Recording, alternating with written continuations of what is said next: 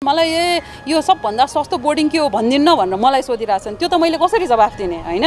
भनेपछि यस्तो अवस्थामा त कस्तो गैर जिम्मेवारीपूर्वक यो झन् बिचकाउने झन् थकाउने हिसाबले राज्य अगाडि लागेको देखियो। त्यसैले सरकारलाई चाहिँ यो तालले भएन, यो त अलिक तानाशाही प्रवृत्ति भयो हैन। वार्ता गरेर यो तरिकाले लाइक ठ्याक्क यो तरिकाले समाधान गर्न सक्छौं भने नभनिकन ल्याङल्याङ गरेको जस्तो देखियो पहिलो।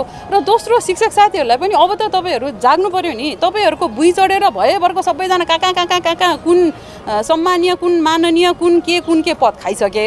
अब पनि तपाईहरु म यो विधिको यो ब्ल्याक एन्ड व्हाइटमा लेखेको यो विधिको अन्तर्गत बसेर काम गर्छु। बरु यो विधिलाई चाहिँ नि फेयर हैन, यो न्यायोचित बनाउनु पर्यो, ट्रान्सपेरेन्ट बनाउनु पर्यो र प्रेडिक्टेबल बनाउनु पर्यो। त्यसमा जोड दिनको साटो अझ पनि राजनीतिक कर्मी र दलले चाहिँ ल्याइदिन्छ भन्ने सोचमा बस्नु भएको छ भने चाहिँ नि मैले हजुरहरूलाई हात जोडेरै अनुरोध गरेँ। तपाईहरुले पटक यो सदनमा पनि तपाईहरुको कत्रो ठुलो योगदान छ भनेर सबैले भन्छन् हैन। तपाईहरुले यो विभिन्न तन्त्र परिवर्तन गर्न तपाईहरुको योगदान थियो नै हैन।